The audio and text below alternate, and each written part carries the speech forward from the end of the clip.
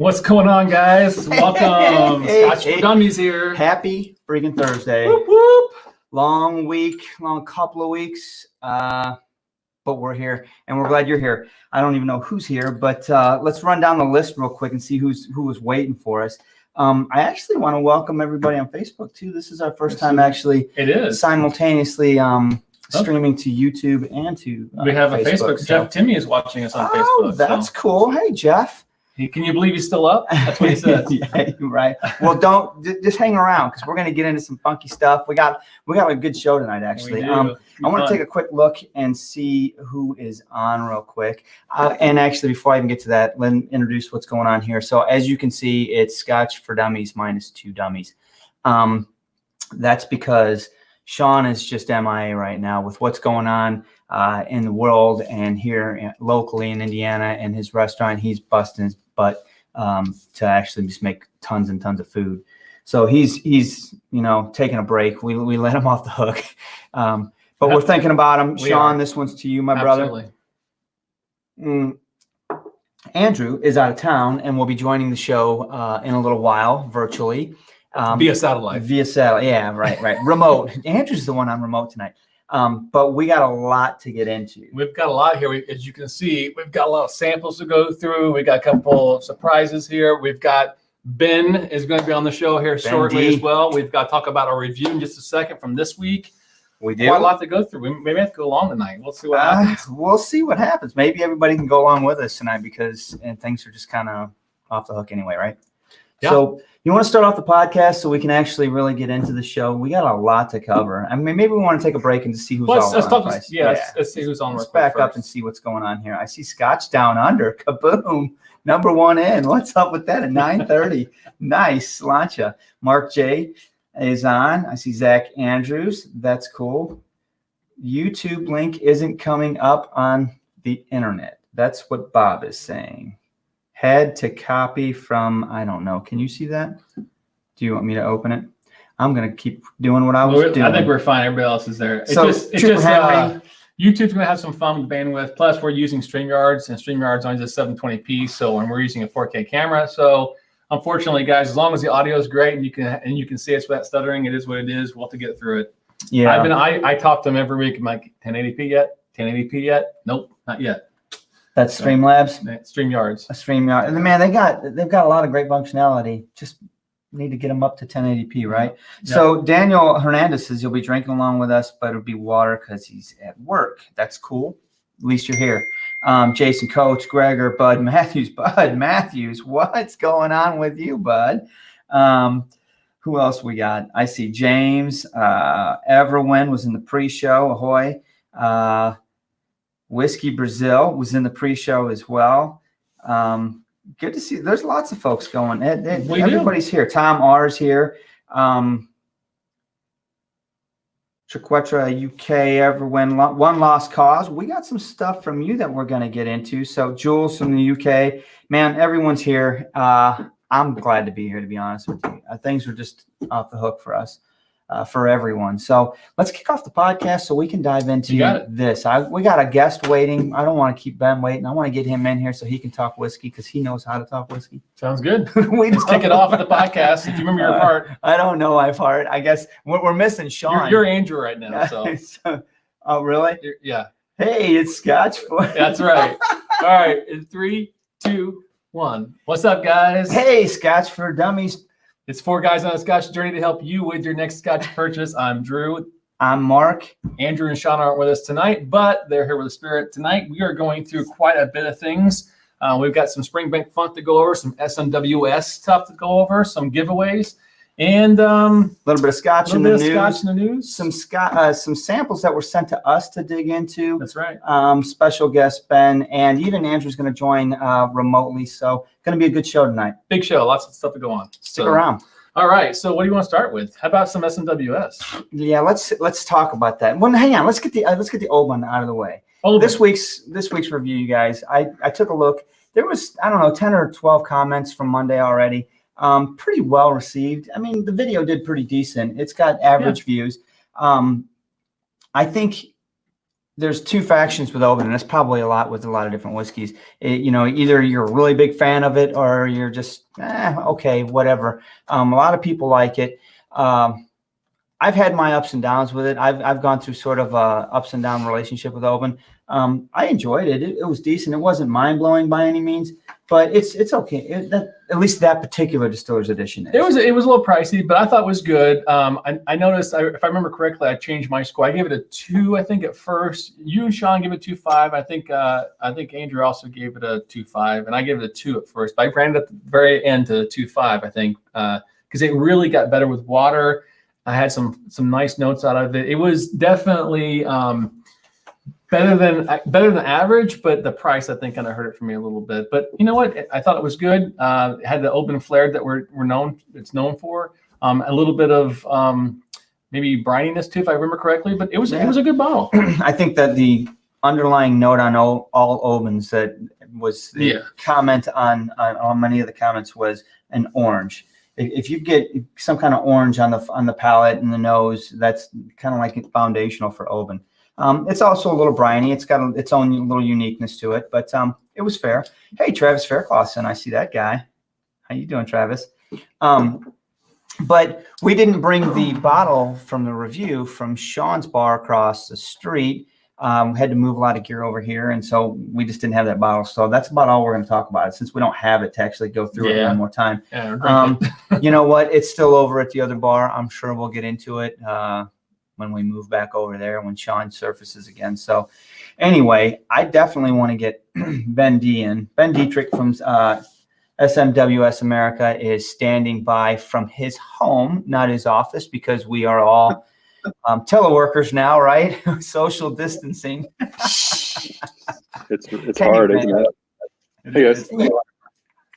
I don't know. I think that's a tough question, because for some people it's probably hard. For others, it's another day at the office. I work from home full time, so it's not, to me, not much has changed. But I know for a lot of people. I mean, how are you doing? How are you holding up in all this? I'm good. I'm getting by listening to Drew play the keyboard, and that keeps my spirits up. And I think without that, I'd probably be pretty depressed right now. But I'm going to relax and take it easy. No, it's fine. I'm on day 15. I went out to the office to do a stream on Roy Aquavite's channel earlier today for the V Pub. That was my first time out, which was amazing. It was just crazy. No, it's good. Look, it's good. I'm fortunate. Still working, healthy. So people have endured a lot worse and are every day. So I got no complaints. Well, and you got a stockpile of Scotch behind you, so that always helps too. Yeah, I have no shortage of that. So yeah. We know where your office is, but we don't know where your apartment is, your house. What's that's next on the list. You've never shared that with us. No. It's funny. I actually, like a month ago, before this all happened, before it came to the US, I made the decision to put most of my whiskey into storage. So I actually don't have a lot of whiskey at home. I was like, this is a first world problem here, but I was getting overloaded with whiskey, and I just found that I wasn't appreciating it as much as I probably should. I was just, when it came to having a dram at night, I would just stare at all these whiskeys. And again, this is a first world problem, but really just spend more time trying to figure out what to have. And then I was just realizing, man, I'm not going to ever finish these. So by getting rid of most of it temporarily and just leaving a few bottles, I left a dozen. I don't know. I'm just finding myself focusing on these a bit more, enjoying them more. So we'll see how that goes. But then this happened. I'm like, oh shit, I should not have gotten rid of all that whiskey, because I'm definitely going through more. Yeah, I see what you're talking about, though. I mean, honestly, I limit myself to how many open bottles I can have. I'll look at a bottle. I'm like, man, I really want to get into that. And I look at the open ones and I'm like, I'm not opening another one until I spend some more time with what I have open. So I can understand that. But how's the society doing with all this? I mean, this is a global issue, so it's affecting, every chapter of the society, right? Yeah, well, yeah. I mean, on a global scale, particularly in the UK, I mean, I can't comment on their business, but obviously our members venues, we just are a big part of that. We have these physical club venues in Scotland and in London, and obviously those are not operating right now. And we just opened a brand new one in Glasgow, right, last month. It was amazing, and so it's a bummer from that sense. Here in the US, it's been unprecedented in terms of growth. I think we're in a unique position. We're delivering whiskey to your door. For the most part, we don't operate private members venues here. So with a lot of people spending time at home, there's been a huge demand for our whiskey, which has been great on that sense. We've kept our whole team intact. We made the decision a couple of weeks ago to cover all shipping costs for all members. We're going to make sure we announce that here. And I think I won't get too into it, but just long story short, we're not making, we pay that cost every time you order something. We pay for the shipping, so we're not shipping ourselves. We have a shipping company.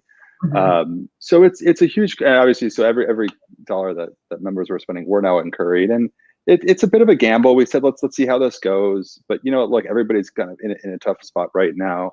And at least we can do is just take a few bucks off the cost of the whiskey that you're going to want anyway. So I think that's been good. I don't, the plan is just to go through the end of the month with that. But I think the result is, free shipping through the end of the month as of right now. Yeah, for all members, yeah. Right. Last week I ordered a bottle and he ordered 2 bottles. And how about this for a stupid idiot here? I get a shipping notification from, I guess it's FedEx. Is that who delivers from? And it's, they're warning me, a text that I've got a shipment tomorrow, signature required. It's coming from Astoria, New York. And I'm like, I don't know anybody in Astoria. I don't know what's being, honestly, I'm talking to my wife, but I'm like, did you order something? What's going on? I mean, I have no idea who's sending this to me. I don't know what's coming, and then it shows up the next day and it's whiskey. I'm like, oh yeah. I'm like, big support. Mark. Yeah. Ooh, awesome. This is awesome. Yeah. So I actually ordered it was a Glen Scotia. I can't think of the number on it. It's pretty sad that I've got and I actually ordered. It's the one you're drinking? What's the name of that? Yeah. So this came out earlier this month, and we were talking last week, and you're just asking what I was enjoying, and this is one that came to mind. It's 93.119. I don't think you can see it, right? It's really bright. It's like it's called Charcoal in a Honey Pot. 11 years old, from a first filled bourbon barrel. It sold out like the day it was released, which we weren't expecting. But I think the demand for Campbelltown whiskey is just through the roof right now. And really? And the price was really good. Yeah, and the price was really good on this one. So yeah. I got one because honestly, I don't have a Scotia on my bar at all. And there are a few of our subscribers and viewers that, are really high on them. And I'm like, it's about time I get at least one bottle and start familiarizing myself with that distillery. I mean, same with Springbanks. Honestly, I never really dove into Springbank pretty, heavily until probably maybe a year ago. And it's like, there are such big masses that are, that stick to that distillery. They love it. And I didn't know anything about it. So I kind of felt like I needed to get on board. But I know you're a Scotia fan though, too, right? I mean, outside of the society, just from a whiskey perspective, I've heard you say a lot of good things about Glen Scotia before. Yeah. I mean, I think like when it comes to whiskey in general, I think expectations will determine your experience in many ways. I think if you have high expectations for something, you'll end up liking it less than you probably should. And if you have low, this is for me. I mean, if you guys relate, tell me. But for me, at least, if I have a low expectation, I go into a whiskey or anything I experience or distillery, there's a greater chance I can be impressed. And so, in Campbelltown, everybody talks about Springbank. Like it is it's the only distillery in Scotland that's doing everything on site. Right. It's got a cult-like following. But I had a chance to go there last year. But going to Glen Scotia, I expected very little. And I was blown away by the experience. I mean, the whole thing, I kept looking around 5 minutes into this thinking, oh man, this is the real deal. This is it. So yeah, I love spring mink as well, but I've had this sort of affinity for Glen Scotia after that experience and the tasting they offer there. And just the spirit is incredible. So underrated overall. I'm going to get into mine soon. I didn't open it yet, but that's because I'm suffering from your first world problem that you were talking about. I got too many bottles that I just stare at, and who knows when I'll finally get into it. I've received a couple bottles in the last couple months from overseas that people online are asking me, "Did you open it yet? Did you?" No, and they're like, "Why haven't you opened it?" Because I got too many bottles open. I'll get there. It's hard. Sometimes you're like, "Oh, don't open that bottle. I'm gonna wait." Eeny, meeny, miny, go. Which one do you want to? I'm going to start with this guy. What's this one? So have you had either of these, Ben? This is the 8822. It's a 10-year-old banana split with sprinkles. We talked about that last week. Right. I thought that was the craziest name, and you were really into that one. So I thought have you tried it? I have not tried it, no. All right. So I challenge you to try it and then tell me that the name's not fitting. I mean, it's fitting. I'm just telling you, man. I have the Light of the Navigator 7.225. I got my glasses on. Yep, 7225. Okay, 14-year-old, yeah. We got into these on Monday. We did a quick hitter review, about 30-minute video, just chatting with people live. And honestly, they both got better with a little bit of time. And we pre-poured them, which we normally don't even do, Ben. So we pre-poured them, and the longer they sat, the better they got. A little bit of water opened them both up, honestly. So we didn't pre-pour this one, but I'm anxious to see what happens to these two bottles over the course of the next 30 days as we continue to hit on them and see what happens. Because, I mean, by the time that 30 minutes was up, both of them had climbed up to really enjoyable whiskeys, they really right? did. They started off like, okay, this is pretty good. But by the time the 30 minutes was up, it was like, shit, I want another glass, right? Hey, everyone asked the question a while back, Ben. I don't know if you've read it yet or not. I guess you drank something on Roy's show. He wants to know what made the Islay barley so nice. I like that whiskey. It's become sort of a casual go-to. Whiskey like this, what we're drinking now, these are SMWS whiskeys. I'll sit down and have an experience with it. But as sort of a casual drinker, I like the Islay barley. To me, that's what Islay tastes like. Like when you go there, you just step onto the land, and just the sea breeze and everything is encapsulated, in my opinion, in that particular whiskey. And it's not like Islay's burning on fire, because if it were, then it would smell like a peated whiskey. But to me, it's like it actually reminds me of being there, on the land, on the island. And I just think it's that I like the Islay barley. It's getting better and better with every release, I would say, over the last 5 years. So personally, I think that. So I don't know. That's what can I say? I'm into What it. time did you actually go on? I know we talked the other night. You told me what time you were supposed to be on Roy's, and I thought that I got on at that time, and there was another guest from Germany. He had a 3-hour show. Yeah, I watched that 15 or 20 minutes worth of interview, and then it was dinner time, so I shut it off. I didn't want to be the guy watching a video at dinner table with my family. But so I don't know if you were before or after him, but I missed you.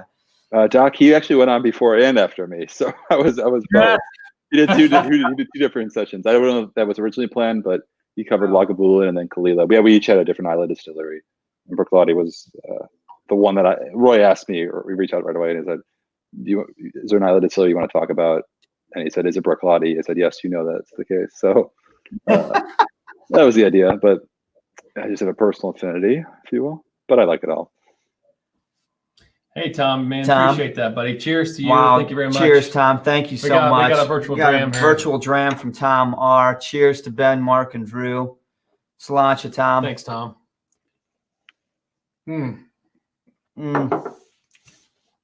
It's a very refined sugar to this. See, right now, I remember Monday. That one is like just super. That's a ton of sweetness going on in that one. This one's got a spiciness that just caught me off guard. I wasn't expecting the spiciness here. No. Is that is that purple? Yeah, it is. It's the purple. Yeah, it's a dark purple stripe. Yeah, so the purple is called spicy and sweet. So that's the flavor profile. That's the cast. So they nailed it, flavor. right? Yeah, and the other one is the blue, which is called juicy oak and vanilla. So you get a lot of bourbon barrels in that one. Obviously, a lot of vanilla, orchard fruits.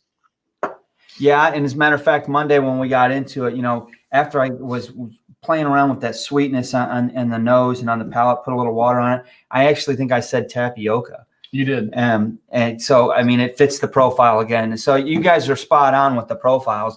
When you guys came out with those, I got familiar with them, and then I just kind of gave up on, I'm not paying attention to those colors. I'm like, you know what? I'm going. We were talking about your site for a little bit, and I think it's one of the better sites out there because it really takes some of the normalcy of buying a whiskey out, and it talks about what do you really want? What are you trying to get to? Let's talk about your profile. Let's talk about this. What are you into? Which is cool because it also has different filters, so you can pick by price and different things like normal things, but it's nice because it kind of know that our stuff is a little different, and you guys are always very detailed on your titles and descriptions. So let's talk about your profile palette, what you're hitting into right now, because I mean it really does change. It evolves. You may be into peat 1 month or two, and next month you're into a space side or something sweet and fruity or whatever. So it's pretty cool that you can really search by what you're into and buy something like that, and forget about the product. By the whiskey or the name. Right. Yeah. So it reminds me, to me, the way you guys, bottle your whiskey, it's like doing blind tastings. Blind tastings, it strips away all that brand marketing, pre-biased conception, and it's about the whiskey. And so when it comes down to, the way you guys sell your whiskey, you don't get hung up on the name. Don't get hung up on the marketing and the branding. I mean, let's be honest. The names that you guys give them is pretty slick. Right? I mean, I appreciate the concepts and everything, but at the end of the day, it's much more about the juice than it is about, the name, the brand, which by the way, what happened to him? Yeah, Where did he go? He jumped in here and then. I don't know what happened. Damn, I just want to give a shout out to the PUBG Whiskey Club. Thanks for $10. Oh shoot, that's pretty awesome. That is pretty cool. No, we never got around to introducing Andrew. I saw him down there in the bottom. He's right here. He must disconnected. There he is. There he is. Oh, you back? Hey guys. Hey, sorry, we were I logged in and then logged out. I was trying to do the chat and all, and I couldn't do it because I wasn't logged in, so I had to log out and then log back in. So I could actually check because I saw a lot of people saying hello, glad to see you and everything, but I couldn't type yet. So now I can type, and now I can also talk because there's a break in the conversation. Good to see everyone there. How are things, I guess, globally, as we're all over the world right now? We're hanging, we're holding the fort down. I don't know if you saw my text earlier. I walked from Drew's house to my house to get some sample bottles because we poured some samples out, and I saw your garage door open, and I was like, uh-oh. So I tried calling you. I'm like, Andrew, someone's at your house. Is this cool? I didn't realize it was your daughter, but. Yeah, we are not at our current residence. We are taking some time out, so we cannot, because we are self-isolating in a remote location. So we'll be back home here in a little bit. Bunker or what, dude? You got whiskey? Yeah, it's a bunker. Do you have whiskey? I do. Attaboy. Oh, of course it's a loggable one. Duh. I did not have, I did not think ahead to bring any funk to where I am. So that's unfortunate, but it's still fun. Because we got a ton of funk. We get through it here in But a minute too. We are going to get into that in just a second. I want to actually swap and try a little bit of that other SMWS before we really get into it. Yeah, but, I wouldn't mind that too. Just because I want to try that sugary sweetness again. So everything's safe and sound down there, Andrew? You're good to go? We are. We're all good. Everybody's still healthy. We actually visited a family member just that's why I was driving. That's why I'm late in getting in here. She works at a hospital and is doing well. No issues there. She's a CRNA, nurse anesthetist, and they are like today clearing all elective cases to make sure there's room. There's not any issue where I'm now, but they're making sure that they're ready. So everybody's getting prepared, and yeah, things are going to beef up. But well, you're not missing much here, man. It's pretty quiet. Honestly, the weather broke a little bit. We've had a couple of nice little days, really nice days. My tree out in the front yard is budding, and it is just full of your bees right now. Yeah, I'm sure it is. So you're not missing much other than good weather. Well, it's nice weather here too, so I can't complain. Going for runs in the morning, it's kind of nice. So, well, we'll hold the until you get home. Yeah. I have to go break in and steal all the honey you got, though. There's not much left. I know, right? Mm-hmm. So let's get back to finish up the conversation on SMWS and before we get into all of this Funktown and everybody gets to pour some of this funky stuff, and we get to our main topic of, what makes a Campbelltown whiskey unique? What makes that? What is that funk? What is that? There was another word that's another website used for it, and I can't think of it. Funky Town? No, it wasn't. They weren't calling it. It wasn't punch. It wasn't funk. It was some other word, and I was like, oh, that's an interesting way of putting it. But it's talking about the same thing, the uniqueness of what you smell and taste in like a spring bank, right? So we're going to get into that, but I want to pour some of this. But by the way, I just started a raffle. That's what I was trying to do on the side here. So we've got 2 ounces of the banana split with sprinkles ready to give away. I see people already doing it. Just make sure that you hit, I think it's exclamation point raffle, and you'll enter for a chance to win by Owl Delivery.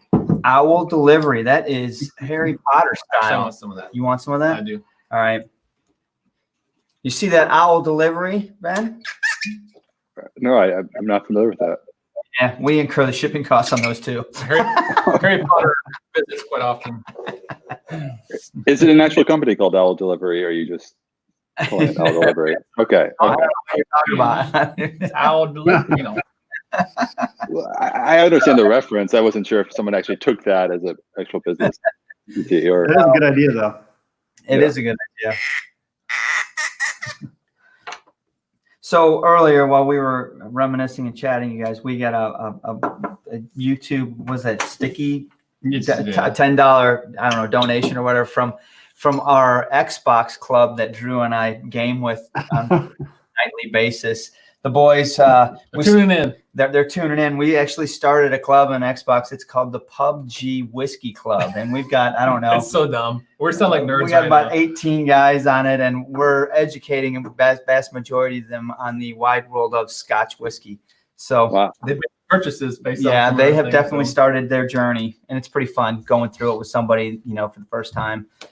I still enjoy that part of what we do, right? When someone's like, well, tell me, what am I doing here? And you try to educate them and walk them through it, and you see the little light bulb go off, and you're like, they're hooked. I mean, you guys never do here every day, right? We always just talk about it. You guys, and Ben, you're doing it every day for your job. It's just passion for talking about Scotch and whiskey in general, and sharing that stuff. Talking about you and your job, Ben, and the society, how long have you been with the society now? It's been, what, 3 years? 2 years. 2 years. Two? This month, yeah. Sometimes it feels like 10, and sometimes it feels like 2 weeks. But yeah, it's been 2 years, and it's pretty wild. Yeah. Lots happened in that 2 years.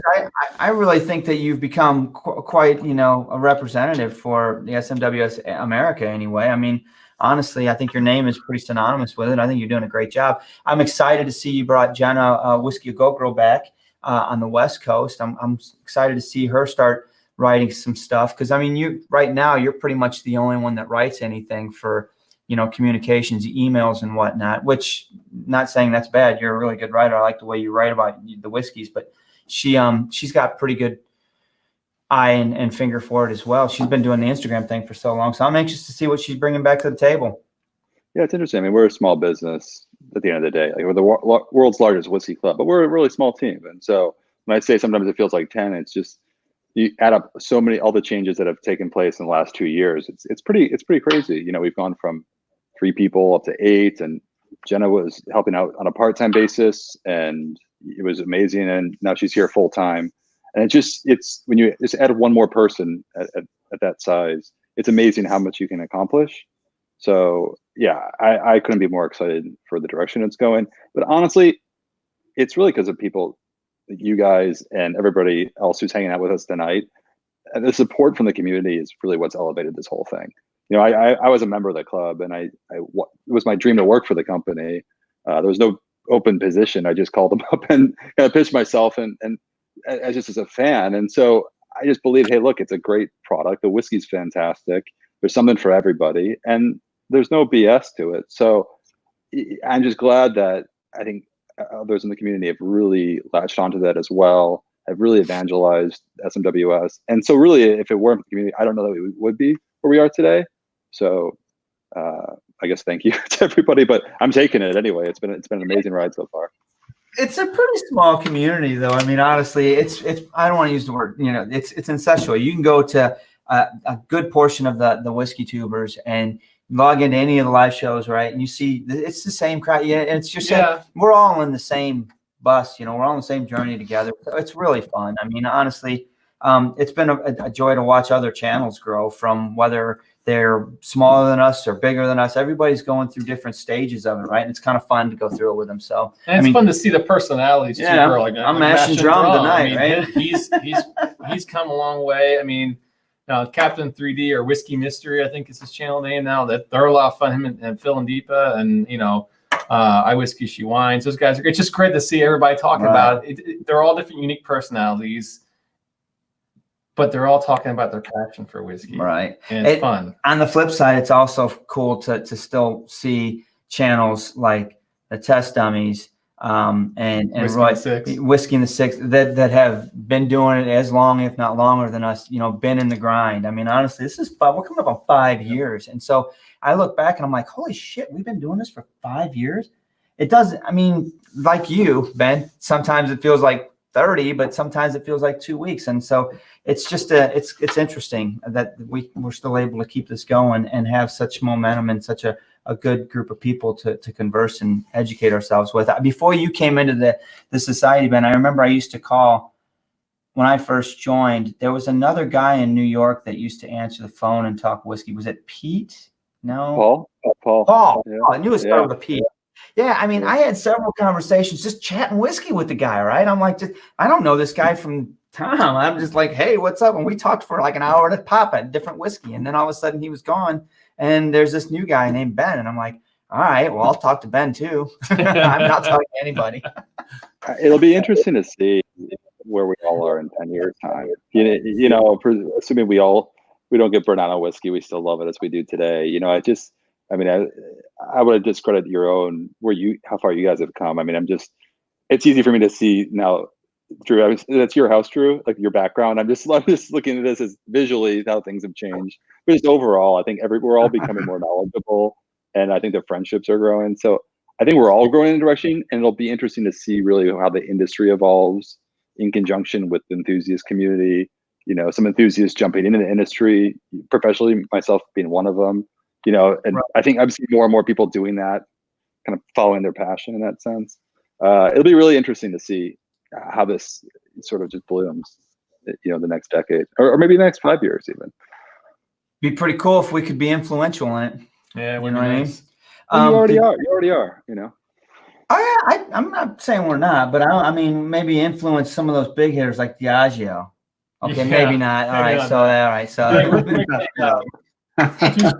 Two things I want to do real quick. First of all, I believe Zach Andrews sent us a super chat for $10. Yes, here it is. Happy birthday tomorrow, Mark Rayner and myself. Cheers, fellas. What? Texas Single Malt will be on its way tomorrow. What? Oh, shizzle my nizzle. Is it Mark and his birthday tomorrow? Yeah. All right. Happy birthday, gents. Happy birthday, buddy. Thanks for the super chat. Thank you very much. And then we've got the giveaway. We've got to pick a winner here. So we've got Eeny, meeny, miny, go. So you guys ready to do it? So you're going to pick two winners, right? No, just one winner for two ounces. And we're going to do 2 ounces for one winner in this one. But one of each then? Why don't we split them up so they get 2 different bottles? See? Well, I was just going to get, okay. One of this and one of this. Let's just do one each. We'll double it up. Let's do it twice. One each. Well, I'm saying if you just want to do 2 winners, each winner gets one. That's what I'm saying, yeah. All right, let's do that. Do you guys get that? Because now I'm confused. All right, well, I originally said 2 of the 2 ounce samples of the banana, but now we're going to split it up. We're going to do one of each. One ounce. I feel like Laurel and Hardy. Because Andrew, I need your patience here. All right, here's the winner. SoCal Dram. Is the Wow, winner. sir. All right. So what's SoCal getting? He's getting 1 and 1. One of these. All right. So 1 I'm ounce not of each, or 2 1-ounce bottles, or 1 2-ounce bottle, or what? He's getting 2 bottles. One sample of this and 1 sample of this. Correct. Are they There you going to go. be poured together in the same bottle, or? No. Yeah, that's Andrew style. Plastic Andrew jug. style, yeah, right. The plastic jug is how it's coming to him. All right. The hand in a plastic jug. You're gonna do the next one in a bit. Yeah, we do it right now. Let's knock it out Knock so it we can out. move on to this We can spunk get the pie. spunk going. So I just started the other one. All right, so you start that off. I Hey, enter? what? You can enter, yeah, if you want. No, Because I haven't tried any of you can have those. some when you come home. You can have See some of those this when you bottles come on the home. screen there. I'm like, those all look tasty, and I'm 1,000 miles away. Well, talking to Ben before the show, I mean, he theorized that these will get better with a little bit more time of being opened. Oh, really? And that's what we Okay. experienced the other night when we poured them. We had them set open for 30. We had them pre-poured for 30 minutes or better. And by the time our 30-minute show was done, they were just Have both bananas. of them. It's good. I really like that one. I was just getting ready to say the same thing about the Navigator. And they're both good. But a banana has a lot more meat to it. So what was the one that we had on the bottle that had bananas in it? Was that the Solstice, or was that the No, that was the Unfittic 18. 18. small batch? Yeah. Yeah, that small batch. You guys really like the bananas on that. That's good. Yeah, I don't think I haven't had a single cask or a cask strength whiskey that hasn't been better 1 week after being opened. You know, I think you're right. so let's put it that way. I mean, with all of these, I've had hundreds of them. You know, I don't want to say everyone, but all but maybe 1 or 2 have significantly improved after having some time to breathe. And I consider a week sort of the period of sort of just adaptation. I don't know. We have a whiskey doctor here, right? Who probably could. You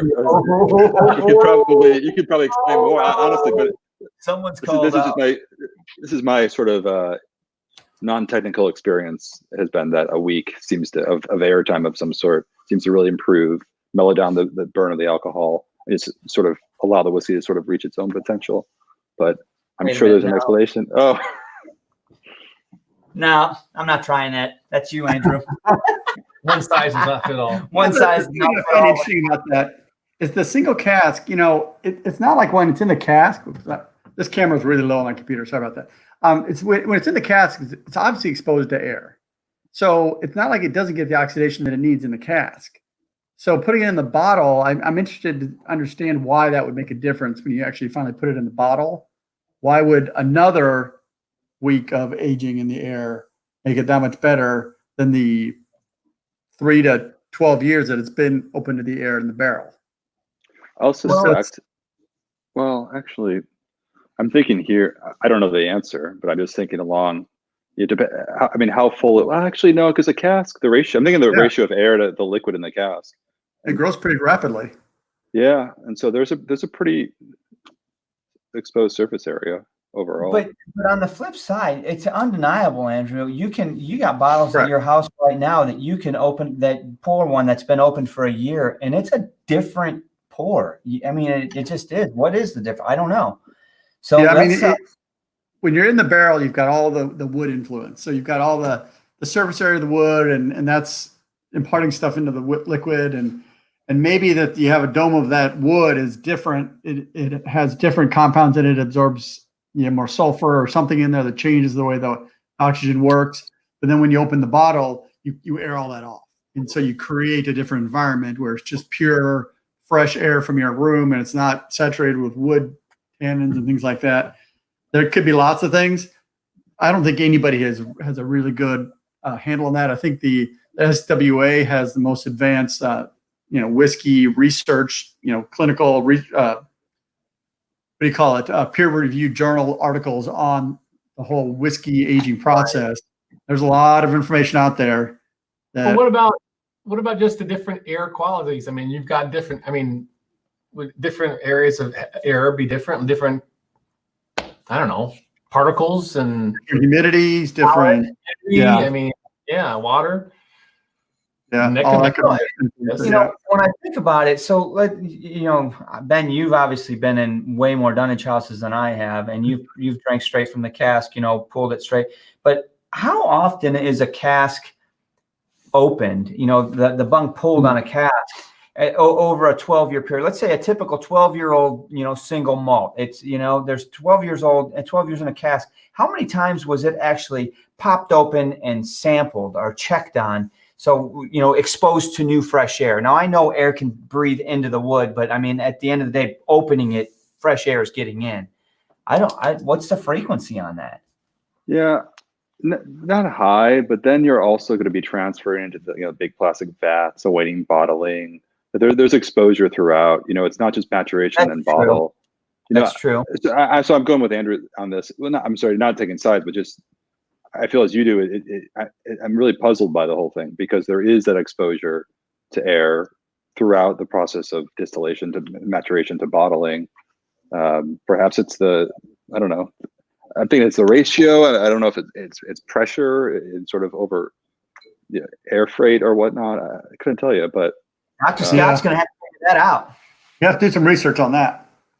Man, if only Dr. Scotch is in the house, but. All right, let's pick the winner. You ready? All right, let's pick the winner. And Trooper Henry. I'll be son of a gun, man. You wanted to look into him. Yeah, you know what? Those guys are okay. So Trooper Henry and SoCal, right? Yep. Trooper just got back from the oil rig again, I think. Last time I talked to him. Really? Yep. So good job on you guys. Thanks for. Do we have the raffle? We'll make sure you guys. I got SoCal's, I think, but send me an email just in case. ScotchForDummies@gmail.com. Send us your address so the owls know where to go. Right, and then they don't have GPS. All right, let's move on to some Springbank and some Campbelltowns and some. Let's actually talk about them. So, as we pour some of these and talk and get into some of the funk, I want to talk about what makes Campbelltown unique, as far as a whiskey. So, history. Everybody knows the history, or at least somewhat of the history of it, right? I mean, one thing that I find interesting about this region, it is a dedicated, acknowledged region by the SWA, right? Campbelltown is. It's the smallest one as far as a region is concerned. It's really a city, right? 3 distilleries. It's pretty small. I mean, you look at the size, the geographical size of Isla. It's an island, small one, but it's still bigger than a city. I mean, Campbelltown's population is like 4,600 people or something. So it's the smallest region of all of them, honestly. And at one time it had 30 distilleries, I think, running at one time. But what really makes its whiskey stand out as being different? Why is it? Because it is different. I mean, I'm not going to say that it's not. You pour a Campbelltown whiskey next to a Speyside, and there's a difference. So yeah, I would argue that the funk is probably one of the most common traits. But is that common for all distilleries in Campbelltown? That I don't know the detail. Well, there are 3, and J&A Michelin's 2, Springbank and Glengyle. So I think their approach to distillation is relatively similar. So I think it really comes down to Glengyle, Springbank, and Glen Scotia. Are there similarities between the two? And I would say, yeah. Like I'm drinking one, from Glen Scotia at the moment, and it's not as pronounced, but it's undeniably a Campbelltown whiskey. And maybe because I know that in my head, but there's sort of this iodine medicinality to it that's different from, and it's not as extreme as Isla whiskeys, if you will, but I don't know. So I find some similarities to be very apparent between the two. So do we want to get into these? Oh, you had an order. You had an order of the Springbanks that we wanted to get into. I think you wanted to do. I want to do the Hazelburns first because they're unpeated. I mean, they're the cleanest, right? Yeah, it's which one here. Hazelburn 10. I think it was like a. So I didn't bring. This was a prime opportunity. I should have brought that SMWS Glen Scotia and opened it here. It's 6 houses down the street, and I didn't bring it. Didn't think about it. I think we've got enough to showcase this. Plenty here. We have a Hazelburn. And by the way, these were sent to us by Al as well for one lost cause or one lost cause. Well, let's leave it one lost cause. And we have an Oloroso at I couldn't read that. I think it's a 46%. And no, that's a 49.3%. And you have that Hazelburn. Bourbon. I have a bourbon so there's 2 different Hazelburns. Let's do that one first, the bourbon one. Okay. So funkiness. Andrew, you've talked about this on a few live streams before. You talked about. I have a question for Ben. Do you know if Glen Scotia if they direct fire their stills, or do they steam? They do not. They steam. Do they really? As I understand. Springbank does both. I mean, I'm trying to think because they did at one point. Yeah, because Springbank does everything now. Springbank definitely direct fires, and that was one of the things that they also steam though. We talked about this a while back. There was a few shows ago where we talked about the funk, and one of the things that's interesting there is the first hint I got to what may be causing some of that funk was when we were at Widow Jane Distillery in New York, and they had tried cooking some blue corn mash, and it kind of burned. And we got a sample of some of that. They didn't sell a lot of it, but they had a sample for us, and it had a distinctive funk to it because the amount of oils that are in the blue corn are much higher than the normal corn, and so if they ran the hot still too hot, it tends to burn those oils. So one thing I did do some research on and found that Springbank, they direct fire, and so they've got heat direct, flame directly on the copper. And so what that does, it tends to create hot spots in the still. And they're very clear about that. They even have I think it's called a raker or something that is chains that run around the bottom of the still to scrape the sides to minimize the burning that occurs when you direct fire a still. And so that heat may be the reason you're getting that kind of funky burned almost smell to the whiskey. It's because you're burning the oils. Now, we're not talking about the same corn here, so it's not that. It's malted barley, whatever. But that extra heat can cause changes in the oils and other compounds, proteins that are in that mash. Now, granted, they've strained out the chunks of grain. There's still lots of protein and fine powders of grain when you go through the mills that could create a lot of that flavor. Not been confirmed. Haven't written Springbank to see if that's what they do. Now, part of the things that you get with the different Hazelburns and things is the number of distillations they do, and also the amount of heads and tails they will recycle into their spirit still. All of that is where all those unpleasant flavors hang out. Is the heads and tails. Well, they recycle a lot of those into their second still, and then even like into their quote unquote third distillation, they bring some more tails and bring them through to again boost yield and alter the flavor. And so all of those kinds of scenarios are things that they could add to that flavor. And then if they allow the tail on that final distillation, those tails to come in a little bit more, you're going to add a lot of that flavor to it as well. So you're talking about the number of distillations. You have Long Row, which is distilled twice, Springbank, which is distilled 2.5 times, and then Hazelburn, which is distilled 3 times. So the half it's not a science, it's not an exact half, but nevertheless, it's just a phrase more of, they're washing some of that back through. It's not the full run that goes back through a third time. So it's basically like half of the run is distilled twice and the other half is distilled 3 times, basically. The way it's basically how they take so the first wash, they basically take every bit of alcohol through that. They bring it all over. Right. The distillate coming out at the end is like 1% alcohol. So they really get the yield up. And so there's their first. And then the second one, they distill it again, and maybe they'll save some of the heads and the tails to go into the third or 2.5 times. So that's kind of how they're continuing to redistill over and over again to I guess boost yield or whatever they're doing with that. So we've got this Hazelburn, and this is bourbon. Bourbon, 46%. It's just Hazelburn 10. So I'm assuming 10 years in an ex-bourbon cask. That's it is what it is. It started off kind of straw, green straw maybe. I thought it was really viscous on the palate, on my tongue, kind of oily. It's really getting a much more floral aromatic to me now, almost a soapy, floral it's scented a laundry room soap. cotton. Yeah, right now that's what I'm getting on the nose. But I don't get I don't get. But it's light on the nose. There's not. But there's not that funk. Yeah, I mean, honestly, funk. I'm like, okay, No there's funk. there's no Springbank freaking whoa, catch you off guard funk in that. But with that being said, I'm going to save this glass and put it off to the side because I want to put that up against the Springbank. So I want to taste. Both of these distillates came out of the same distillery, right? Hazelburn, Springbank. They ran through the same stills, and I want to measure them up next to each other. Now, obviously, it's probably a different barley. One's peated a little bit. There's going to be some differences there, but what else can change with it, right? Since Springbank, Ben, you hit on it earlier, since Springbank does do everything in-house, soup to nuts, they malt their own barley.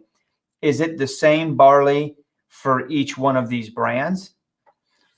No, I mean, they have a variety. I mean, they have their local barley bottlings as well. Is it the same brands for each of these brands? I don't know. Yeah. Right. I'm not quite sure. I mean, but yeah, in terms of doing everything in-house, they also import peat from Isla. So not everything is really done right there on site. And I'm starting to wonder too, actually, because there's no real funkiness in the Hazelburn that you're picking up. I don't think on this one. Not really. A lot of it could do with the I'm interested with the peated spirit as well, because I don't know. I get it most on the funk that we're talking about. I get it most on Springbank, more so than a Long Row and Hazelburn. And I'm wondering if it's a combination of the 2.5 time distillation and a bit of the peat. Anyway, I'm not theorizing in my head. That's a good theory. That stands out. That's unique. That's different. If you're trying to pull out something that makes it different, because that's the one that does stand out the most as far as funky. But we're going to open this Kilkerran up as well. And this comes from Glengyle, which is what, right next door? Isn't it across the street? Yeah. So right next door. Yeah. We'll see what's going on with that. So you want to get into this Oloroso hazel? Yeah, I do. So that was, let me pull that out back up again. So that first one was at 46. The thing here was 46 ABV. This one is going to be, it's a 14-year-old Oloroso at 49.3. 49.3. Oh, you got an extra glass for me? Yeah, right there. Awesome. Yeah. So I'm saving this guy off to the side. I mean, the Oloroso, we should be able to pick that up pretty immediately, I would think, especially with Hazelburn. You should, especially since you know what it is. Look at the color; it's already much darker. You want a little bit more? Yeah. We gotta save some for the guys. Just because Andrew's not here doesn't mean he's not watching it for this. Well, it's not peated, Andrew, so you won't appreciate it. I'm just gonna drink it. Yeah, that's right. That'll work.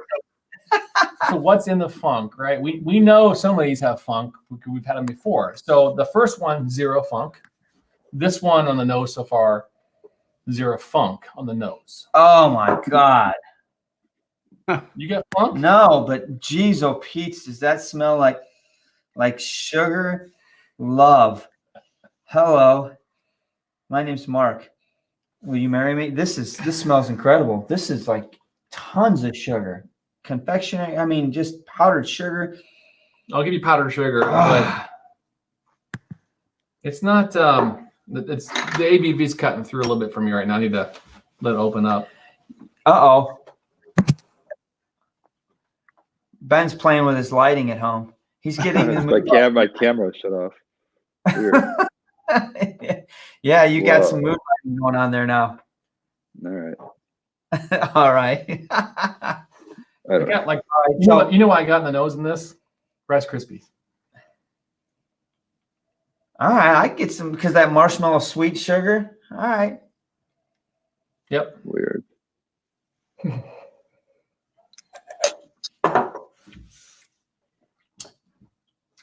You know what I'm getting out of this Lagavulin 16? Caramel. Well, let me ask you. You're actually drinking in Camp Clinton. What are you getting out of that Scotia? So this is what I think what they would define as their medium peats. You know, they have like actually I'm trying to think. They had like different peating levels at Glen Scotia, and their base is unpeated. This is a peated one. It's beautiful. I mean, I think this is also first fill bourbon barrel. You know, an American oak. the spirit can really shine. So if it was Oloroso, I think it'd be hard to pick up that. But I get a little bit of it. The peat's strong on this one though, for sure. But it's got that medicinality. That's like a sort of a latex type of aroma to it. Yeah, I don't know what happened to this. But according to the SMWS profile color on it, is that light peat, or is that because there's 3 different peat profiles, right? One's light, obviously medium and heavy. I couldn't see the color on the bottle. It's this one's lightly peated. Okay. Yeah. So Ben, you have a question from everyone. Can you read it? Has SMWS done any kind of marketing study on what is the most popular flavor profile for whiskey single malts? Survey said. Well, we haven't done a market study, but we just do a sales recap. On the I think that's what they're asking. So anything I think in a wine cask tends to go well, just because of its total production in Scotland. In terms of wine casks, it's pretty limited. So sherry goes quickly. Peat is increasingly, and it goes away. So right now, Campbelltown whiskey in general is popular. But I would say in terms of flavor, peat for sure. What we call deep, rich, and dried fruits, which is like the heavy sherry bombs and other wine casks. Those tend to go first. You also don't see those as often, So that I would say peat and sherry, kind of a expected answer, The ones with all the flavor. Yeah. Well, yeah. The very non-spirit driven. Well, I guess the peat is spirit driven, but the cask driven experiences are pretty popular these days. So, when you look at and the honestly, those are my 2 favorite genres too, because while I've learned to appreciate some of the subtler flavors of just the classic whiskey out of a bourbon barrel, it doesn't draw me in like those rich flavors of either the peated or the rich sherry bombs. And that's just my flavor profile. Maybe other people are like that. I think when you're used to bourbons and things that have a lot more woody and oakiness to them, and then you try I'm trying to think some of the distilleries that are really light in their flavor. It just doesn't draw people in like I think some of those richer flavors do. Yeah, I think it's hard to appreciate. My interest in bourbon casks is actually more recent in my whiskey loving life because I've become a bit more familiar with distillation and fermentation and all the aspects that go into creating whiskey. And it's harder to sort of pick those out when you have a heavy sherry cask of sorts. So out of interest of distillation, the art of distillation, I tend to I want my whiskey a bit more naked, if you will. No, I see. Yeah, I mean, it's similar to the fact where beer brewers, if you're brewing for beer, it's much more difficult than if you're brewing for distillation, because that beer that you're getting, if you're drinking the beer, is naked, completely naked. It's everything you put in there is going to be in the beer. Whereas with the distillation, you have the ability to remove a lot of those flavors, maybe some of the off flavors, and you're brewing for alcohol content for you then to put in a cask or do something to get more flavor to it. Yeah, similar kind of thing. And a lot of, without naming names, and who really knows, but a lot of, it's been pointed out that a lot of distilleries, when it comes to sherry matured whiskey, a lot of times distilleries will actually leave a little bit of sherry in the actual cask before they fill it with new make spirit. Yes. One can call that cheating or not. Yeah, I mean, sure. But so a lot of people are doing things like that. And I think it's almost like if you're playing guitar, I don't know if any guitar players here, we got a pianist. Oh, you do, Mark?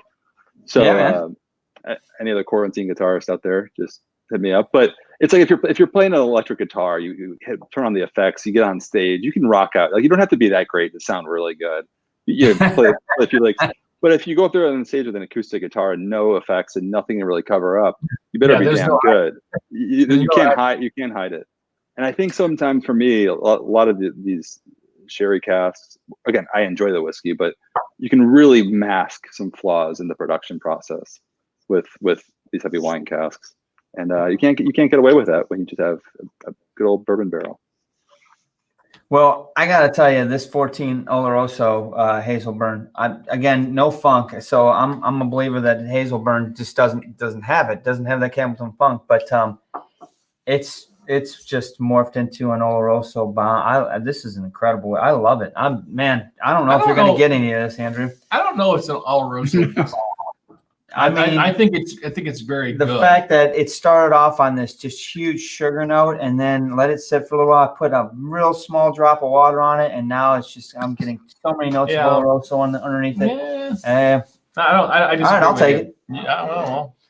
Sean will probably beat me up for it because he's going to want to try some of this, so I'll put it off to the side. But I think it's good. The Hazelburns, I don't get any of that craziness, that funkiness, right? So I know I'm going to get it on these Springbanks, but are they going to show up? Are they going to show up in the long run? I think we got to go Springbank. All right. So Ben, Nocturnal asks, will you guys be doing any more blends like Big Swirl? Yeah, we have. Well, it's appropriate for what's on the table. We got one coming out soon. I think it's actually. I don't know the release date, but it's my personal favorite created so far. And what is? It looks like a fire. Andrew's hand. Who puts in a laptop?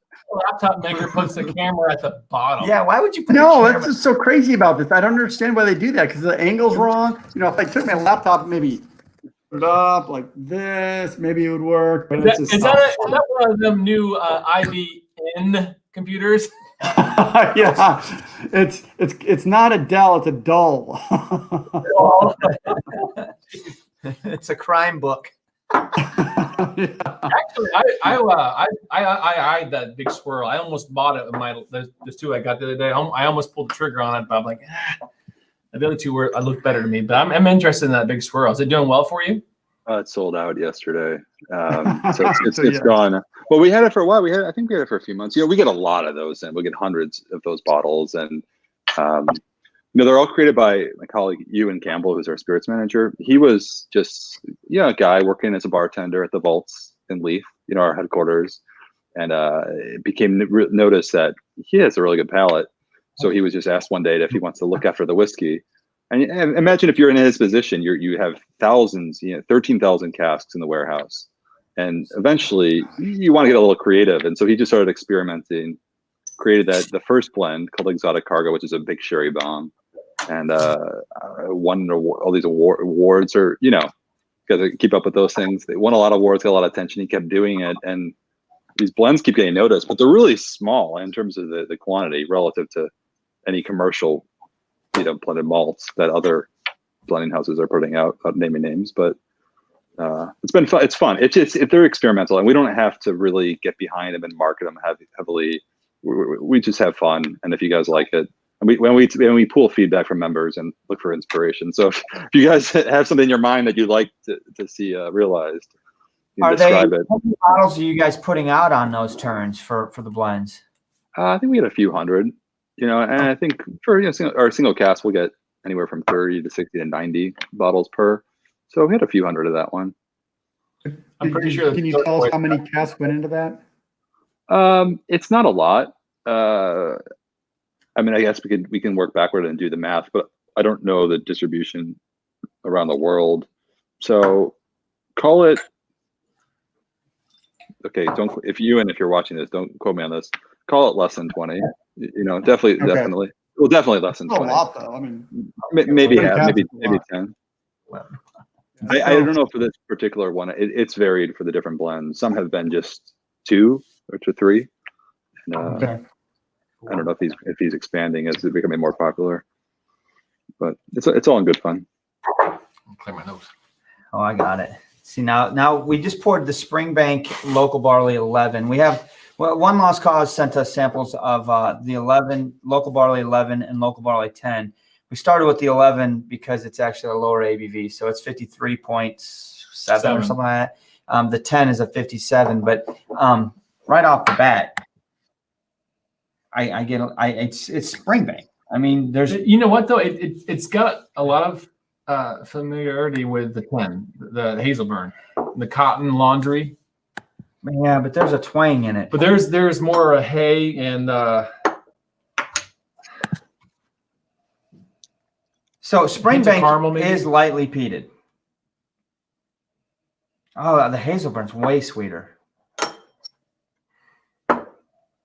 Yeah, but they're not far off. Do we know what level of peat the Springbank local barleys are? Are they peated at all? I thought all Springbanks were lightly peated. No, is that not true? I don't remember. Yeah, I mean, in essence, I don't know the ppm level, but long row is the heavily peated spirit. An internet device, I might be able to find out. I Right. would, but I would like put my fingers through the TV screen. You look like a spider every Creeping time me you do out, that. man. Quit Keep doing your it. hands Like, away it's from the gonna win screen. me. So it's funny that this local barley, when I smell it by itself, I smell a sweetness. It's got that. It's not the heaviest Springbank funk I've ever smelt in my life, but it's there. You definitely, in a blind fold, you'd be like, all right, there's a Springbank there. But I don't smell really any peat. But when I smell it up against that first Hazelburn bourbon, it doesn't even hold a candle to the sweetness. Which one's sweeter? The bourbon one? Hazelburn, yeah, the Hazelburn bourbon. But I mean, the Springbank local barley is matured in ex-bourbon casks, right? Yeah. Depends on, well, it may probably, but it depends on if they're first or second or third fill. And if they left bourbon in the cask for the bourbon casks. But you know what? Is Springbank using third fill? I mean, they're pretty strict about cask usage, So on the palate, though, it's even more so. On the palate, I get that light peatiness. That lightly peatedness is there on the palate. Wasn't there on the nose. Definitely even a little bit more that Springbank kick your ass in the funk. What's going on? It's interesting. It's a Granny Smith apple, slight caramel, slight peatiness, Now, and a slight vanilla. I'm anxious to see how it stands up against the other Springbank, the other local barley. But I know of the three, and this comes back to something Ben said much earlier about expectations. And some of your expectations are kind of set by previous tastings, right? And some of those tastings are a long time ago, right? I know that this cask strength 12, the Springbank cask strength 12, I know this is going to be my winner out of the Springbank. I think. Man, Tom R. bought me a bottle of this when we were in Chicago and hooked me, and now I have to have a bottle on my bar. I mean, this right here is good stuff, brother. Well, all three of these bottles are pretty good stuff right here. Yeah, these three right here, I think you're going to find. Well, I do got to say that the viewers saved us here. So One Lost Cause is the master, obviously. So he's thinking about 16 ppm-ish, and I forget which one. That's local barley. Local barley 10, One Lost Cause said 70% bourbon, 30% sherry. And Alejandro Russo was saying Springbank is typically aged in 60% bourbon and 40% sherry. Oh, awesome. So they're, that local barley does have a lot of bourbon. Right there. That's what this is all about. That's why we're in this community, because people know that. That's right? why our What local barley do you have? You have the local barley 10 or 11? 10. Right now we have the 11. This is 11. Well, One Lost Cause is the LB11 is 100% bourbon cask. So I'm curious. No sherry. One Lost Cause. How do you agree with our profile so far? Do you have an order would you like better, the 10, 11, or the Springbanks, etc.? See, I think the Hazelburn actually is smoother, but I say that because I think the slight peatiness in the Springbank local barley gives it a little bit of an edge on the palate, on the finish. So that the Hazelburn doesn't have that. You don't get that little edginess going down. Mm-hmm. But that's just my interesting. I wish I would have brought that stinking Scotia. The palate on the Springbank is definitely different from Hazelburn, obviously, but the Hazelburn, I don't know, it feels a lot more rounded as far as, not as edgy. So talking about these brands, the Springbank, the Long Row, and the Hazelburns, not many of those come through SMWS, do they?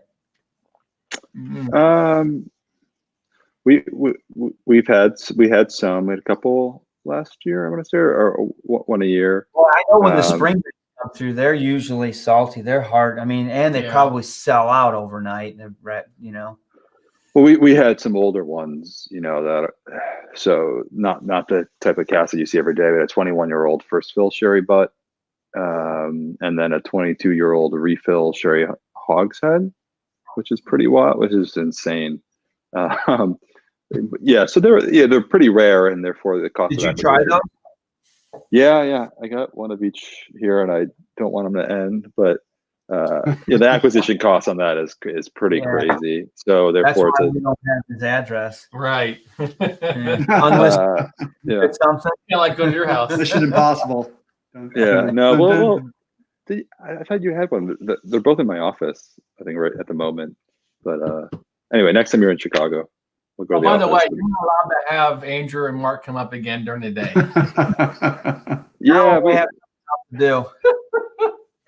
I can't remember. I don't know what you're talking about. Yeah, I mean, we really ran the gamut on that one. That was I can't remember how many whiskeys, but a couple dozen at least. Yeah, they were just tiny sips. We ran the gauntlet in Ben's office last time we were up there, and man, it reminds me of a George Thorogood song, when you're high because your mouth is getting dry, right? I mean, we went through like the whole wall of his whiskeys, and they were so good. And we disappointed Steph Ridgway because we showed up ripped. Let's move this. This is going to be funky. This is going to be my jam. So this is which one you want? Oh, you're not doing the other Springbank? No, we're gonna skip the long row. Okay, so we're gonna skip the we're gonna do the long row right here. This is the Springbank 10. We're not opening the Springbank Local Barley 10. You want to do one of the long rows? I do. All right, pick one then, brother. Let's do this one. This is a Sauternes. Sauternes. I think this one's a Sean pour right here. Wait, what is it? That's a long row Sauterne? Yeah. Yeah, it's a long row 11. See, look at did you see? I mean, he's like looking at the screen. 56.6. 11-year-old long rows. This is gonna be good. What? I think I like a Hazelburn and Sauterne, but I'm interested to hear what you guys think about this one. Heavily peated. Yeah, this is heavily peated, right? 56.6. So what's this gonna bring? It's got good color, like that. Oh. It's got some to it. Oh my God. Wow, though. Underneath that Sauterne, it's grassy. But the Sauterne nose is so much different than your Oloroso or your PX. To me, it's the best. You like it? I know Sean's a big fan of it. I'm kind of on the fence with it. It hasn't. I'm not saying I don't like it, but maybe I'm just being more, typical and really, the sherry bomb guy. It has a kind of a sour smell to it. Definitely. I would say a funk, but I don't know if it's not a funk so much as a sour. Right. It's a sourness, not a Springbank funk, but there's something. Maybe it's a combination of the peat and the Sauterne. It's like a big red bubblegum with. There's a little bit of like eucalyptus in it underneath it. That's sour is what I remember from Sauternes casks. That's why I'm not always as fond of them. Ben, what is your experience with Sauternes? I think they're really hard to work with. It's hard to get it right. So not all of them are exceptional, but I just think when you got a good cask, there's nothing. I like French oak. I like French oak white wine in general. That's my preference. I love Chenin Blanc. They're so rare, but and at 11 years old, sort of that age, or like a young teens, I think they're just fantastic. So I've only had some. Kilhoman put out the Sauterne. That was a heavily peated. I actually got a Pop Rocks. It's really, there's definitely a pop in there, and that's because I think the long was heavily peated. But Pop Rocks, the finish is really white grapes. It's really grapey to me. Yeah, I can give you like the finish, right? Mm-hmm. Yeah, I can give you that. Yep. Pop Rocks is a pretty good description of that, actually. Not the sensation, but just the flavor of that. What's the ABV on this again? It's high. 56.6. It's not as high as I thought it was. I mean, I think that, yeah, it's kind of odd because honestly, when I think about peated whiskeys, a lot of time I can handle a higher ABV peated whiskey because the peat kind of masks that ABV and it doesn't really punch you as much because of the peat. This one's pretty edgy for 56.6. I mean, it's pretty potent.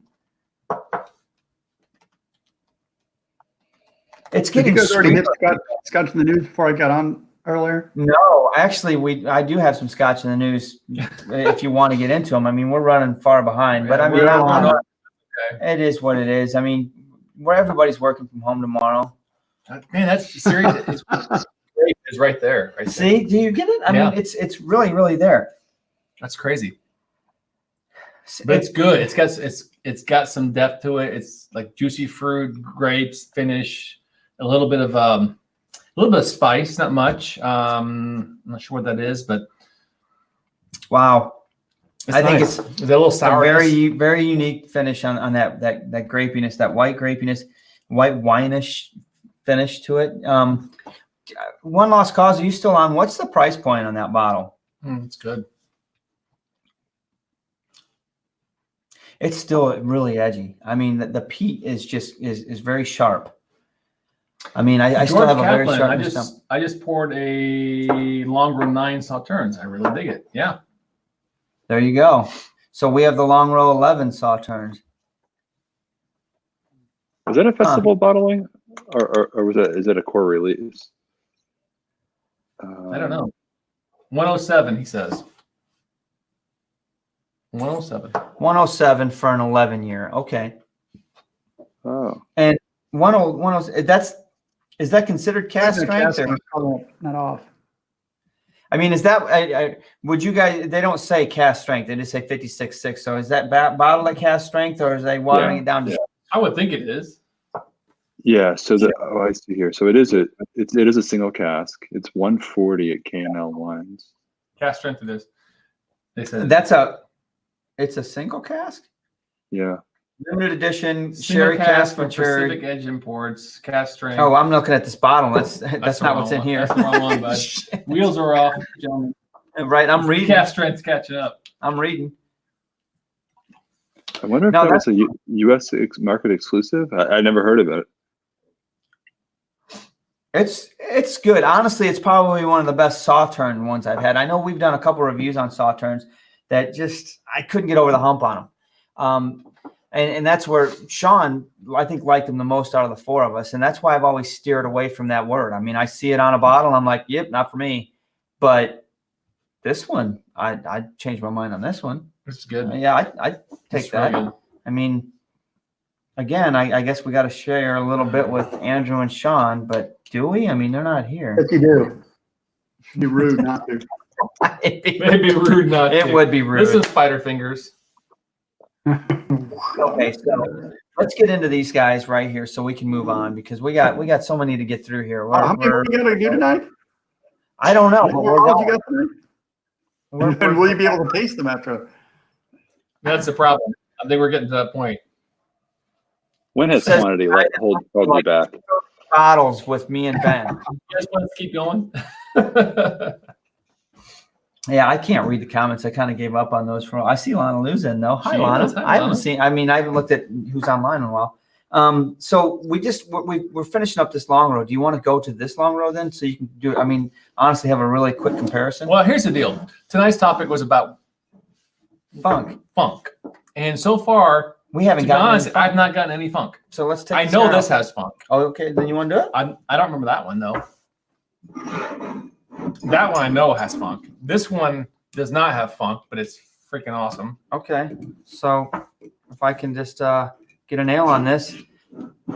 All right. DB, she says, Spider Fingers all the way, and Ben, and then more overtime. All right. Guess we're going. We're on. Everybody do this. Their fingers. No. Relax. Take it easy. So you don't remember there being funk in the... You know why? Because I drank the whole bottle by myself. I believe that. Probably so. monster out of me. Andrew, are you drinking some more Lagavulin? I haven't seen you drink for a while, bud. Yeah, I'm drinking it. One that's on vacation. Yeah, I need to go get a Springbank to join you guys. This is I've been like leaning in, watching you guys drink that. Like it's like Ninja on Twitch or something. I'll be right back. I gotta get. He's gonna make us freaking jealous because he's gonna pull back a bottle that we're all gonna die for. So here you go. Here's that Springbank, and this is the. I want the funk, dude. That's what the show is about. The funk. I love the funk. I am all about the funk. I got Deanston has some funkiness, the burnt toast funkiness to it. The Longrow 14, which I think was both of ours last year, Scotch of the Year, has some extremely funkiness to it. I want some funk. I'm hoping this has funk to it. Does White Walker have funk in it? No, it does not. And if you try to super chat Andrew, you're drinking 2 bits of that. We don't have any White Walker here. Yeah, we do. Shut up. We're not drinking it. You know what? If Andrew gets the credit card out, it's going to cost you, Andrew. But you know he won't do it. Don't do it. He ain't got. That's true. His ass is too tight. I use the F4D credit card. That's awesome. He super chats us with our own card. That son of a gun. Oh man, It sucks because we're losing money each time because YouTube takes right. YouTube takes such a huge cut, but I mean, it's the thought that counts. What do you think? I don't know yet. You don't get no funk out of that, man. No, I don't. I do. I love you.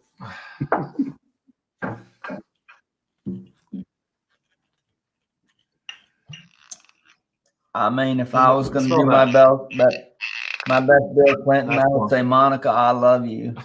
You're crazy. Trooper Henry says, Scotch your dummies at Drew Deanston 9 Bordeaux finish. So rules. Honestly, sounds good.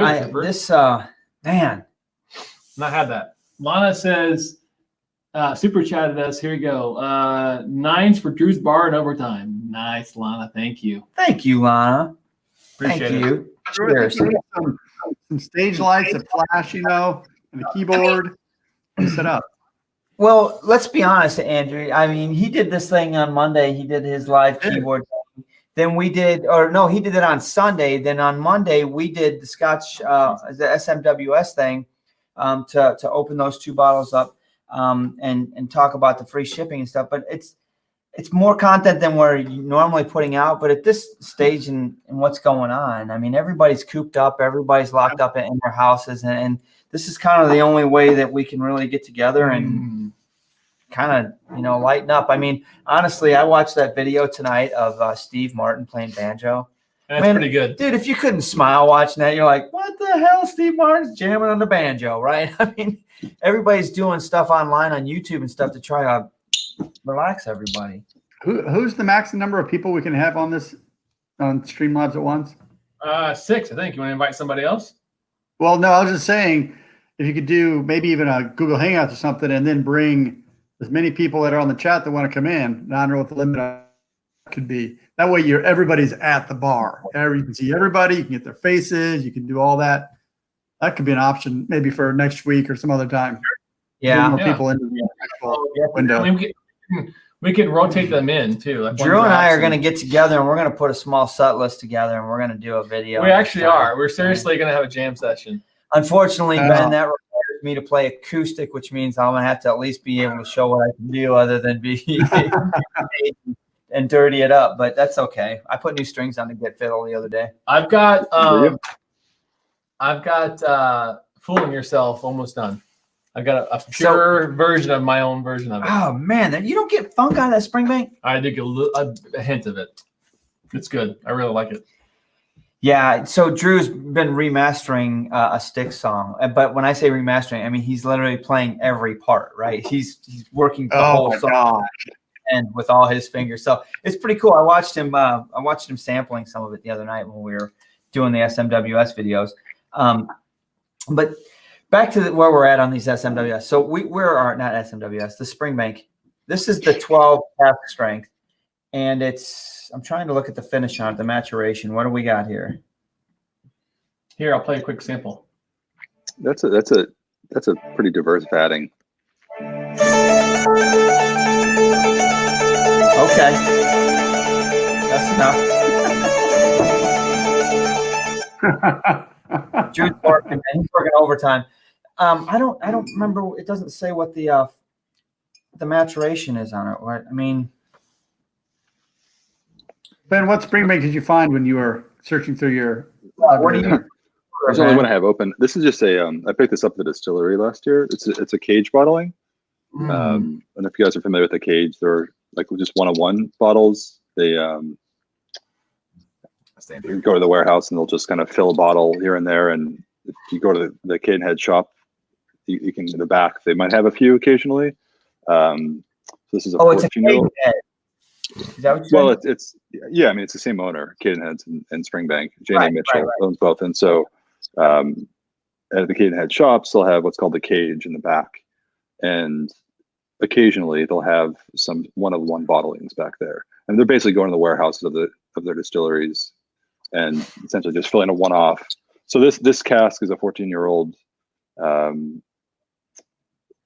First fill bourbon barrel, and it's likely that this cask is probably still in the warehouse. It may have been bottled since I got it last year, but just sitting there, and so they'll never replicate this again. But $75 on average if you find them. But so they have a bit of a cult demand for it. It's pretty hard to get, and if you never know if you go to the shop if they're to have them or not. And it was my lucky day in the sense that they had just filled the cage, and so I got a couple. Myself, but anyway, so it's a single cask, obviously, 14-year-old first fill bourbon barrel, and I picked this one because as a bourbon barrel, as I mentioned, you probably pick up more of the funk on it. So 56.9%. So yeah, man, if I lived in that, I'd be stumbling down to Cadenhead's on the daily. That place is awesome. Yeah. So you're talking $75 for this bottle. Yeah, and probably what whiskey should cost, but it's just I mean, you could say that's a high price. It wasn't that long ago that this probably would have been a $50 whiskey, and I would have I was going to point out that the ups and the downs, the pros and the cons of that bottle are it's $75, whatever. And if it's great, if it's good, awesome, you got a great deal. But it's almost like the same problem that SMWS members have. It's awesome. I fell in love with it, and it's gone. Yep. She's never to be replicated. You know what I mean? It's like you've got this bottle, and you open it up and you pour it, and you're like, holy shit, this is a gem. I found the gem. And then when that bottle's gone, you'll never find. She's gone. It's it. You got to go find the next one. This one's okay. I wouldn't buy it again. If you said here's another one, this particular cask, it's the luck of the draw. Yeah. I mean, I would rather pay a little bit more to have something I really like. Yeah, it all depends, but it's okay. It's a luck of the draw. It's a 101. You never know. So yeah. You know what I like about that experience for you? The story of you going to Cadenhead and buying something like that, what I appreciate, what I really like as an SMWS member, I like to hear you go through that process, because that's kind of almost the way a member feels buying, you know what I mean? Where you read something on the SMWS outturn, you find something, you're like, oh, you know what? I think I'm interested in this. You pick up the phone, you maybe call Ben or call Tom in New York, or maybe Jenna in LA, and you talk through it, and I've gotten to know you, so you got to know my palate a little bit, and you talk me in or out of a bottle sometimes, right? But at the end of the day, it's almost, you don't know. You haven't tasted it. You're kind of going out on a limb. You're going out on I trust and hope and faith. Now, I've never been let down or disappointed, but you did that in Cadenhead's. I mean, you bought that bottle. You didn't know what it was. You were honestly, it's not like you can go buy it on a shelf anywhere. You're like, $75, ex-bourbon.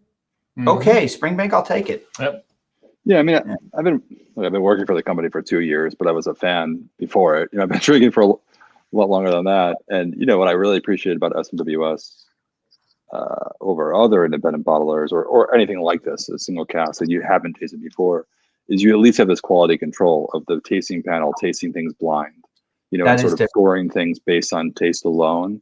So that the cask will be ready and it'll be of a certain quality but it's just about finding one that's right for your palate. Whereas others, perhaps you're paying less for the bottle, but perhaps the cask was cheaper to acquire because it's not as good. And there was more hit or miss with my indie bottling purchases from other indie bottlers. And so this one, this is just, I think it's good. Can't complain about the price, sure, but it's not amazing by any stretch. I didn't realize when you said indie bottlers, right? I've been into them. I didn't realize the high number of indie bottlers are, and there's like 300 different independent bottlers. Did you realize there's that many of them? No, really? This is just from reading about them. I knew there's a lot, but that's I mean, lot. Jeez. There's independent bottlers that you never heard of, and you're like, is this legit? Should I buy this? I mean, obviously, I don't stray too far from the norm. I just bought a couple of Adelphis, and I did that because of some of our subscribers and viewers and Facebook followers that swear by them when it comes to certain bottles. And so I've got one at home. I haven't opened it yet, but I appreciate independent bottlers, and I'm thankful for them. I believe in them. I obviously support them, but there's so many of them out there that I haven't tried. So you want to open this guy up and try it, or do you want to keep drinking that Springbank 12 cask strength? I'm telling you, this is the best one I've had all night. That's a damn good bottle. That's a good bottle. For a 12-year-old, that's a good bottle. Yeah, it is. It basically encompasses everything we've had tonight all in one. I mean, it gives me a lot of different things about what we've tasted so far and all in one bottle. It's really, really good. I really enjoy it. Yep, I agree with you. But I wish I wanted to know, did you say, Andrew, the maturations, One Lost Cause put on there, somebody, Alejandro, said that it was 60-40 on Springbanks? I think it was. I don't remember exactly. Something like 60-40 ex-bourbon. Yeah, it was close to that. Because this one doesn't say on the bottle. I mean, so I'm just going to have to say that's what it is. But, yeah, Tom R. bought me a bottle of this from Benny's when we were up in Chicago. And I brought it home, and, man, I just couldn't put the damn thing. 55.3. I couldn't put it down. I just kept. So this is a Springbank 12. What was cask strength. Yeah. It's Springbank 12 cask strength. Yep. Yeah, 60% bourbon, 40% sherry. There you go. And that explains the color. Okay, that's how you got this color, because they don't chill filter and add coloring, so it adds up. That makes sense to me. Jason's coat says it's different in every 12 cask strength. Okay. Ah, interesting. Well, I'm down with them. You want to try this Kilkerran and see what this is about? Oh, you want to? I do. You want me to open my bottle? 60% bourbon, 40% sherry. So, in all fairness and transparency, this is Drew's bottle, and I brought a bottle down here, the same bottle. I have one, and I said I would open mine because I have two, and he said no, we'll open mine. So I took mine back. And we're opening mine. Yeah. It's okay. Whiskey's made for sharing. Made for Mark to drink. This is our last drink for the night. Yeah. So you've only had like 8 different bottles tonight. We have a couple that we still need to open and pour from some gifts. I think what we'll do is maybe do a Patreon. Going to Ben's shop. But yeah, I'm glad that Ben didn't bring out some of those SMWS Springbanks that he said he's got, because I think that brought a tear. I need some more Cannon Barrage. That would be amazing. He can't produce that. That would be epic. That's like one you did have that one. He's like, you did have it. I know. But he's like, he wants more. I need more. He wants it on his bar. Yeah, no. Okay, so this one that we just poured is the cask strength 8 Kilkerran. It is. This was our first review of this year, I believe, and it scored. Yeah, this one knocked it out of the park. Now, we had done a Kilkerran before years ago, like we did 2 or 3 years ago at Vine and Table. That's right. Didn't know anything about them, and they produce a cask strength 8-year-old once a year, I believe. Mm-hmm. Travis Faircloth, if you're on, correct me. The only knock I got to give to Glengyle, and that's who the distillery is that is Kilkerran, is their labels. Their labels. They're very confusing. Very lack of information, right? So, I mean, all it says is Kilkerran cask strength 8, right? There's another bottle you can go out there that says the exact same thing on it, and it's all ex-bourbon. Now, The only reason you know it's different is because of the color, right? But they should put a little bit more. ABV. Yeah, they put the ABV. Yeah, you're right. You can tell by that way too. But maturation, something. I mean, just as matured in oak. Really, I think it was matured in something more. But I just wish they would put a little bit more. But this one, it's a killer bottle. I mean, I'm anxious to see what I get out of it right now. But this 12 though is no joke. And the 14, we don't have to taste that. It's amazing. So, honestly, this is not come from this distillery. That's what separates this. It's completely different. Runs through different stills and everything else. Right. But yet, it's very similar in smell. I think. I mean, it's got to me, it's related. Campbelltown? I don't know.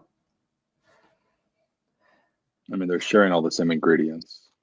Right. I mean, it's just a lot of. They're the same company. It's like Diageo. It's like they're not.